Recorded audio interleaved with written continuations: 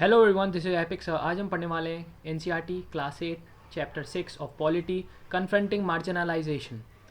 इससे पिछले चैप्टर में हमने पढ़ा था मार्जिनलाइज्ड कम्युनिटीज़ क्या होती हैं, और उसका थोड़ा रिकैप कर देता हूँ। वो कम्युनिटी जो मेन स्ट्रीम सोसाइटी से उनको थोड़ा बाहर किया जाता है, वो जो डिस्क्रिमिनेशन और थोड़ी इनक्वालिटी फेस करती हैं।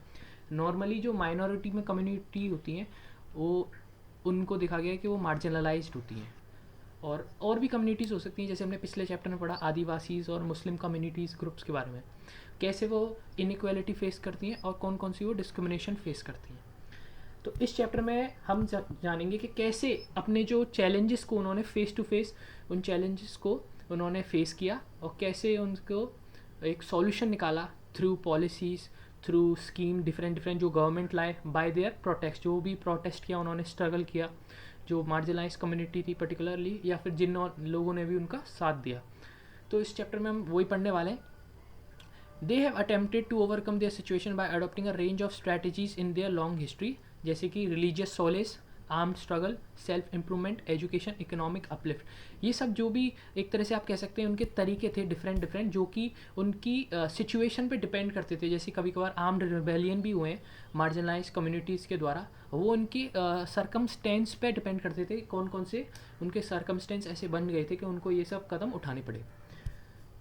इस चैप्टर में मैं पढ़ेंगे कि कौन कौन से ऐसे तरीके थे जो कि अलग अलग लोग जो कि मार्जिनलाइज्ड कम्युनिटीज़ में आते हैं उन्होंने यूज़ किए अपनी बात को दुनिया के सामने रखने के लिए।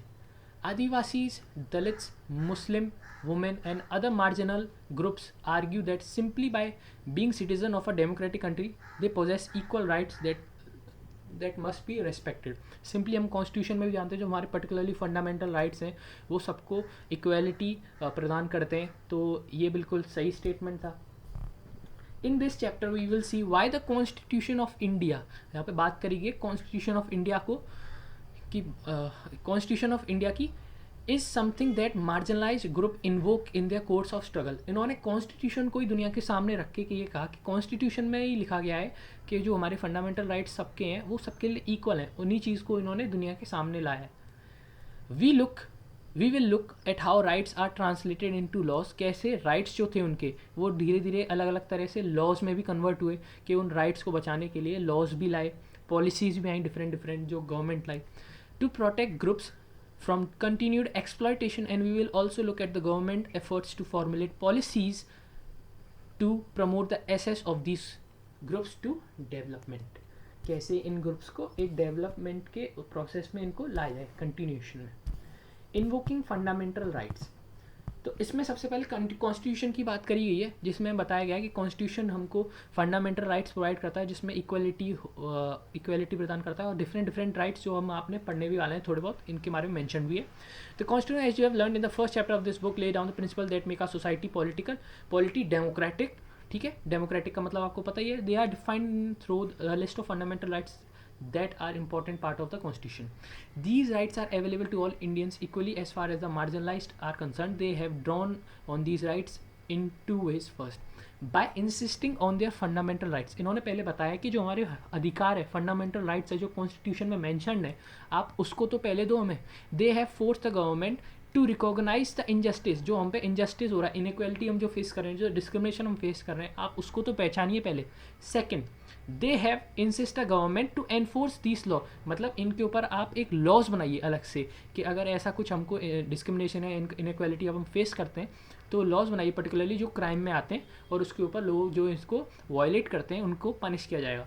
इन some instances the struggle of the marginalized have influenced the government to frame new laws in keeping with the spirit of the fundamental rights।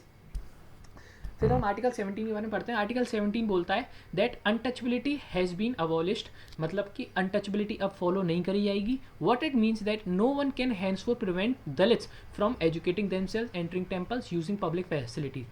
आप में से बहुत लोगों को पता भी होगा, जिनको नहीं पता होगा मैं बता देता हूँ। जैसे जो दलित्स हैं बेसिकली, ये इनको पहले लोअर कास्ट में माना जाता था, और इनको नॉर्मल सोसाइटी में नहीं रहने दिया जाता था।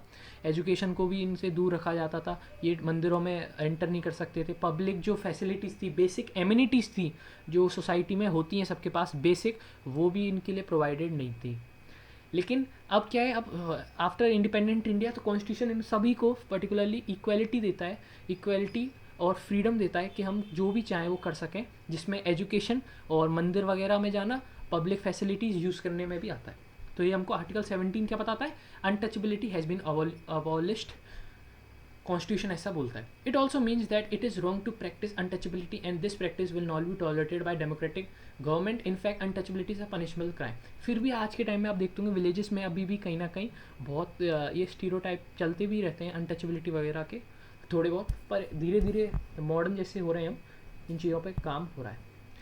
There are other section in the constitution that help strengthen the argument against untouchability. For example, article 15 जो है वो कॉन्स्टिट्यूशन में जो बताया गया है, notes that no citizen of India shall be discriminated, किन चीज़ेस पे, बेसिस पे, ना कि किसी रिलीजन के बेस पे। रेस मतलब कोई भी आदमी का जो एथनिक ग्रुप है, या मान सकते हैं कोई ब्लैक है, वाइट है, वाइट हमेशा ब्लैक के लिए डिस्क्रिमिनेट करते हैं कि आपका रंग वगैरह। कास्ट जो आपकी जाति है उसके आधार पर, सेक्स आप मेल फीमेल या एक्सेट्रा आप कुछ भी और हो, प्लेस ऑफ बर्थ, तो इन सब के बेसिस पे आप किसी को डिस्क्रिमिनेट नहीं कर सकते। ये कि और this have been used by dalits to seek equality where it has been denied to them. ये दलित ने अपनी बात उठाई है, इन्होंने बेसिकली क्या किया, मार्जिनलाइज लोगों ने कॉन्स्टिट्यूशन को ही अपना एक प्रूफ बनाया है कि आप, ये सॉलिड प्रूफ है और इसी के आधार पर हम अपना अधिकार मांग रहे हैं। आगे बढ़ते हैं, पहले इस पोएम को पढ़ लेते हैं। यार पोएम अच्छी है इसलिए मैंने पढ़ी थी, अच्छी लगी मेरे को। The poem below is written by Soyra Bai, the wife of the well known Bhakti poet Chokha Mela from the 14th century Maharashtra. They belong to the Mahar caste. Mahar caste untouchable कहलाई जाती है पहले के टाइम पे। इसका एक पोएम थी इन्होंने जो लिखी थी। A body is unclean they say, only the soul is untainted. Untainted मतलब कि यहाँ पे इसका प्योर से मतलब है pure. But the impurity of the body is born within the body, by which ritual does the body become pure. Not a creature has been born except in a bloody womb. This is the glory of the God. Defilement exists within. मतलब यहाँ पे हम कह सकते हैं impurity. Impurity exists within. The body is polluted from within. Be sure of it, says the Mahar Chokha. तो ये अच्छी काफ़ी स्टोरी है जिसमें इन्होंने बताया गया कि अनटचेबिलिटी और जो हम लोग डिस्क्रिमिनेशन के बारे में बात करते हैं, बड़ी बड़ी सो कॉल्ड हाई कास्ट लोग, उसी के बारे में इन्होंने क्वेश्चन किया। Sorabai is the questioning the idea of purity and arguing that since every human is born in the same manner, there is nothing that makes one body less और more pure than other. She is possibly arguing also trying to say that pollution, a key tool of the caste system to separate or deny of people access to space, work, knowledge and dignity, occurs not through the nature of the work but done from within, from your thoughts, values and your beliefs. Okay, आशा करता हूँ आपको भी अच्छी लगी हुई। Therefore, Dalits can invoke or draw on the fundamental rights in situation where they feel that उनके साथ बुरा बर्ताव किया जा रहा है, या पर्टिकुलरली उनके जो ग्रुप है या फिर कम्युनिटी है उसके साथ बुरा बर्ताव किया जा रहा है। They have drawn the attention of the government of India to the constitution, demanding the government abide by it and do justice to them. उन्होंने अपनी सरकार से मांग रखी कि आप हमारे साथ justice provide करो। Likewise, other minority groups have drawn on the fundamental rights section of our constitution. They have particularly drawn upon the right to freedom of religion and cultural and educational right. In the case of cultural and education rights, distinct cultural and religious group like the Muslim and Parsis have the right to be guardians of the content of their culture, always has the right to make decision on how best this content is to be preserved. Thus, by granting different forms of cultural rights, the Constitution tries to ensure cultural justice to such groups. The Constitution does this so that the culture of these group is not dominated or nor wiped out by the culture of the majority community. ये सब चीज़ें इसीलिए करी जा रही हैं क्योंकि जो छोटी कम्युनिटी होती है, ऐसा कहते हैं सो कॉल्ड माइनॉरिटी कम्युनिटीज़ जो होती हैं, उनके भी पर्टिकुलरली उनका जो रिच कल्चर है, उनका भी कल्चर है, तो वो भी अपने कल्चर को उतना ही ज़्यादा प्यार करते हैं जितना कि हम लोग करते हैं। मेजॉरिटी में जो कल्चर है वो लोग करते हैं। तो कॉन्स्टिट्यूशन ने उनको पर्टिकुलरली राइट दे रखा है कि आप अपने पूरे जो रिलीजियस और जो कल्चरल और एजुकेशनल राइट्स दे रखे हैं कॉन्स्टिट्यूशन में, उनकी पूरी फ्रीडम है आपको कि आप उनको जैसे चाहे वैसे यूज़ कर सकें, बट वो आपका लीगली भी वेरीफाइड होना चाहिए। Laws for marginalised. As you have read, the government makes laws to protect citizens, yet this is not only the way in which it takes action. There are specific laws and policies for the marginalized in our country. कुछ laws हैं जो specially marginalized communities के लिए ही हैं। There are policy or schemes that emerge through other means, like setting up a committee by undertaking a survey. इस सर्वे के अनुसार भी धीरे धीरे अलग अलग पॉलिसीज़ और स्कीम्स इमर्ज हुई, क्योंकि सर्वे से ही पता चलता है कि व्हाट इज़ द रियलिटी क्या है उस पर्टिकुलर जगह की या उस पर्टिकुलर एरिया की. The government then makes an effort to promote such policies in order to give opportunities to specific groups, promoting social justice. Constitution का पूरा एफर्ट रहता है कि सबको इक्वलिटी मिले. Both state and central government create specific schemes for implementation in tribal areas or in the areas that have high Dalit population.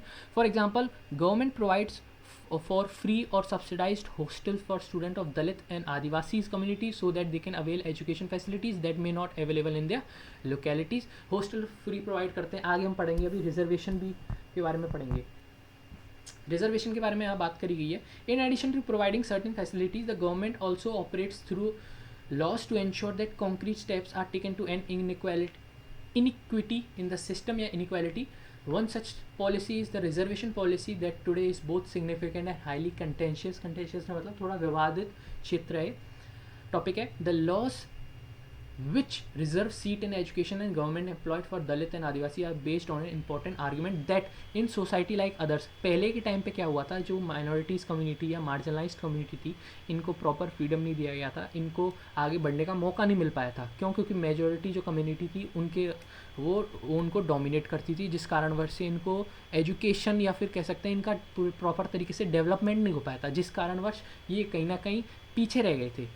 Where for centuries section of the population have been denied opportunities to learn and work. यही बात है कि बहुत time से इनकी जो particularly इनकी जो अपॉर्चुनिटीज़ थी और इनको जो सीखना था, जो काम ये सीख सकते थे, वो ये नहीं सीख पाए. In order to develop new skills और vocation, a democratic government needs to set up in an access these section. तो ये एक रीज़न पर्टिकुलरली यहाँ पे लिया गया था. How does the reservation policy work? Simply कुछ नहीं होता. एक पर्टिकुलर एरिया में देखा जाता है कि कौन कौन से ऐसे क्षेत्रफल हैं जो शेड्यूल कास्ट शेड्यूल ट्राइब्स में आते हैं, और अलग अलग ऐसी जगह हैं जहाँ पे लोग थोड़े पिछले वर्ग में रह गए, जिनको एजुकेशन वगैरह में ज़्यादा प्रोवाइड नहीं करा पाए हम.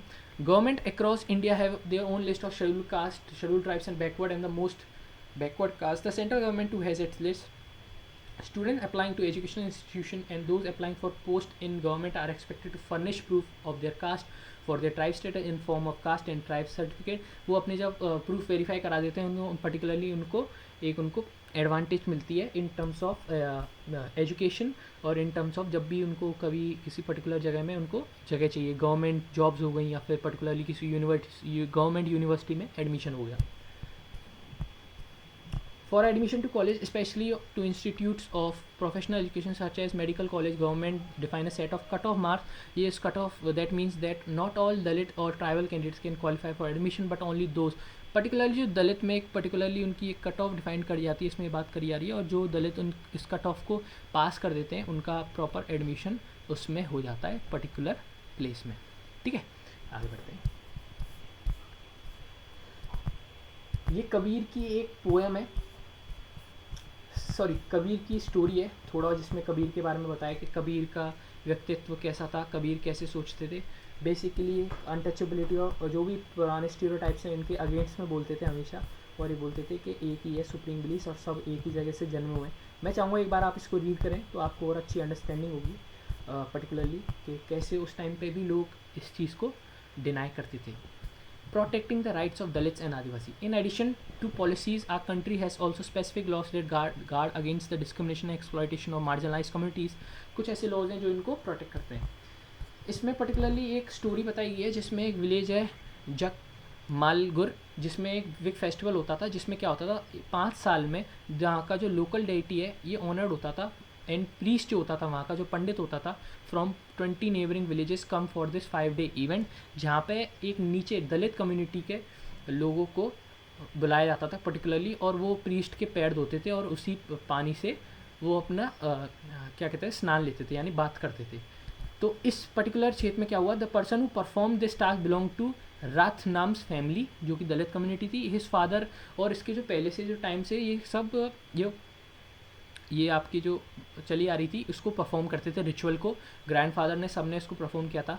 पर अब जो उनका लड़का था वो इस चीज़ को परफॉर्म करने से मना कर देता है, और इस वजह से इस वहाँ के जो लोग हैं इससे काफ़ी गुस्सा हो जाते हैं, जिस कारणवश वो उसको समझ में नहीं आता, क्योंकि वो एजुकेशन वगैरह में भी काफ़ी आगे था, वो सब चीज़ पढ़ वढ़ रहा था, तो उसको समझ में आ रहा था कि ये सब मुझे नहीं करना है, जिस कारणवश से उसके सब लोग गुस्सा हो जाते हैं और धीरे धीरे उसके अगेंस्ट में सब कर देते हैं और सब उसे कह देते हैं इसके घर पे यहाँ कोई भी नहीं जाएगा। फिर एक दिन उसको पता चलता है कि रात को कुछ लोगों ने उसके हट में जो है हट को फायर लगा दिए, हट को फायर लगा दी है, आग लगा दी है, जिस कारणवश वो बच जाते हैं, वो अपनी मम्मी को लेकर वहाँ से भाग जाता है। लेकिन वो फिर आगे जाके वहाँ पे एफआईआर दर्ज करता है और उसका केस फाइल होता है, वो रिचुअल बंद हो जाता है, पर कहीं ना कहीं उसकी फैमिली और उसको डोमिनेट तो करने लग जाते हैं, इस वजह से वो वहाँ से बाहर आ जाते हैं।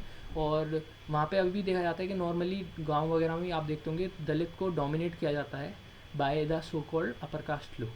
तो इस चीज़ के बारे में ये था। फिर उसने आगे जाके अपनी पिटीशन वगैरह जाहिर करी, कोर्ट्स में भी अपना बात रखी।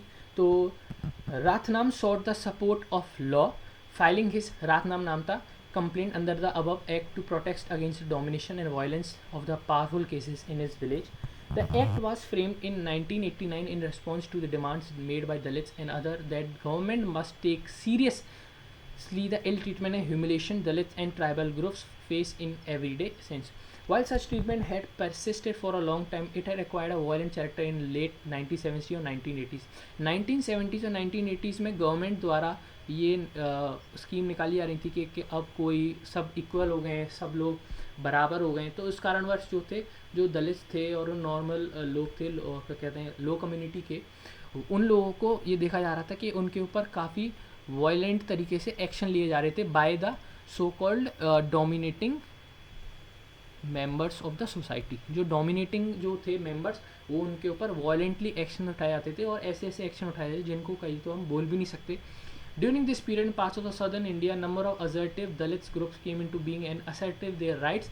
They refused to perform their so-called caste duties and insisted on being treated equally. Like Ratnanan, they refused to follow practices located in the humiliation and exploitation of Dalits. This resulted in the more powerful caste unleashing violence against them in order to indicate the government that untouchability was still being practiced in most of the hideous manner. Dalit groups demanded new laws that would list various sorts of violence against Dalit, prescribe stringent punishment for those who indulge in them.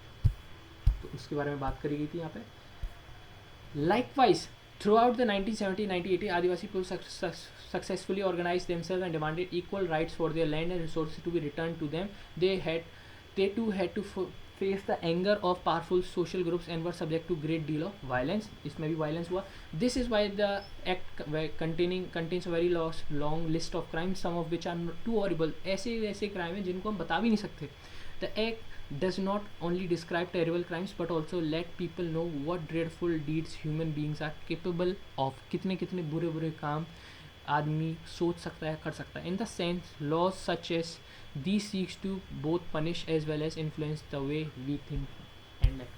The act distinguished several levels of crimes. First, it lists of modes of humiliation that are both physically horrific and morally reprehensible and seek to punish those who force a member of scheduled class or scheduled tribe to drink, eat, or inedible or obnoxious substance, forcefully remove clothes from the person of the member, scheduled class or scheduled tribe, or parades him or her naked with painted face or body, or commit any similar act which is derogatory to human dignity. तो ऐसे किसी भी काम के ऊपर ये punishable crime है, इनके ऊपर एक्शन लिया जाएगा. Secondly, it lists action that disposes Dalits and Adivasis of their meager resources or which forces them into performing slave labor. Thus, the act set out to punish anyone who wrongly occupies or cultivates any land owned by allotted to a member of scheduled caste or scheduled tribes or get the land allotted to him transfer. At another level, the act recognizes the crime against Dalits and tribal women are of specific kind and therefore seeks to penalize anyone who assaults or use force on any woman belong to scheduled caste or scheduled tribe intent to dishonor. एक मैं चाहूँगा आप एक बार इसको भी read करें, poem type में ही है, नीचे कबीर के बारे में दे रखा है. ही टेक्स, इनके बारे में बताया गया, ही कबीर ने कैसे अपनी बात रखी. He takes the word untouchable and gives to a very different meaning. He claims that untouchability is the highest state of knowledge.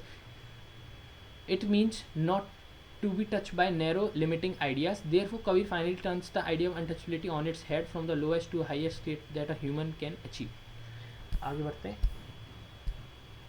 ये मैनुअल स्कैवेंजिंग के बारे में बात करी गई है कि कैसे मैनुअल स्कैवेंजिंग के धीरे धीरे गवर्नमेंट ने ऐसे एक्शंस लिए जिसके द्वारा ये मैनुअल स्कैवेंजिंग की और ये ड्राई जो आपकी लेटरिन होती थी इनका सबका पूरा प्रॉपर इसको हटा दिया गया और इनके ऊपर प्रॉपर एक्शन लिए गए। एक बार इसको आप रीड करोगे तो आपको प्रॉपर पता चल जाएगा। In 1993, the government passed the Employment of Manual Scavengers and Construction of Dry Latrines Prohibition Act. In 2003, the Safai Karamchari Andolan and 13 organizations and individuals, including 7 scavengers, filed a PIL in the Supreme Court. The petitioner complained that manual scavenging still existed and it continued in government untreating like railways.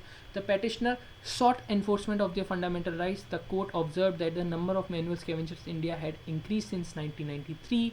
It directed every department minister of the union government and state to verify the facts within 6 months. If the manual scavenging was found to exist, then the government department has to actively take up time-bound program for the liberation and rehabilitation.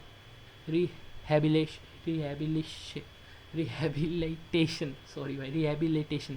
Okay. The prohibition of employment as manual scavengers and the Rehabilitation Act came into force on 6 December 2013. वो दूर से पढ़ने जा रहा था, ठीक है। Scavengers के ऊपर था आदिवासी डिमांड एंड द एक्ट 1989। इसमें अपनी जो पर्टिकुलरली लैंड के बारे में उन्होंने अपनी बात रखी थी। 1989 act is important for another reason. Adivasi activist refer to this to it to defend their right to occupy land that was traditionally theirs. हमने पिछले चैप्टर में पढ़ा था कि कैसे फोर्सफुली उन आदिवासी की ज़मीन उनको हड़प ली जाती थी बाय गवर्नमेंट ऑफिशियल्स और अलग अलग जो कॉन्ट्रैक्टर होते थे। तो यहाँ पे बात करेंगे C K Janu an Adivasi activist has also pointed out that one of the violators of constitutional right guaranteed to tribal people are governments in the various states of India for it is they who allow non-tribal encroachers in the form of tribal merchants, paper mills to exploit tribal land and forcefully evict tribal people from their traditional forest। कैसे उनको बहला के उनको बाहर किया जाता है और कुछ भी उनको दाम नहीं दिए जाते अगर उनको अपनी ज़मीन भी बेचते हैं तो। In the process she declare in the process of declaring forest as a reserve or sanctuary. She also noted that in the case of while where tribals have already been evicted, जहाँ से लोगों को भगा दिया गया है, यहाँ पे उनको ज़बरदस्ती वहाँ से हटा दिया गया है, उनको प्रॉपर कंपनसेशन मिलना चाहिए ताकि वो अपना आगे गुजारा अच्छी तरह कर पाएँ। The central government passed the Scheduled Tribes and Other Traditional Forest Dweller Recognition of Forest Act in 2006. Conclusion में हम देखते हैं as we have seen the existence of right or law और even a policy on paper does not mean that it exist in reality. जैसे कि हमने पिछले chapters में जाना कि लॉ तो पर्टिकुलरली हमने बन दिए, इलेक्शन हो गए, आपने अपने रिप्रेजेंटेटिव भी चुन लिया, गवर्नमेंट ने लॉज भी पर्टिकुलर बना दिए, पर हो सकता है कई कई जगह पे उन लॉ को वायलेट किया जाता हो जिस कारणवश हमें अपनी आवाज़ को ऊपर लानी होती है। कहीं ना कहीं आजकल मॉडर्न वे है तो आप इंस्टाग्राम पे लिख सकते हो, आप कम्युनिटीज़ में जाके अपनी बात को रख सकते हो, डिबेट्स में पार्ट ले सकते हो। अपनी बात को ऊपर रखना ये ज़रूरी है, वो बात हाईलाइट हो जाए तो उसके ऊपर काम तो अपने आप होने लगता है। People had to constantly work or make effort to translate these into principles that guide the action of their fellow citizens or even their leader. The desire for equality, dignity and respect is not new. It has existed in different forms throughout our history as you have seen in this chapter. Similarly, even in a democratic society, similar process of struggle, writing, negotiation and organizing need to continue. बस ये chapter था, complete हो गया। Thank you everyone, bye bye. मिलते हैं आपको next video में। आशा करता हूँ आपको वीडियो अच्छी लगी हो। जय हिंद, जय भारत।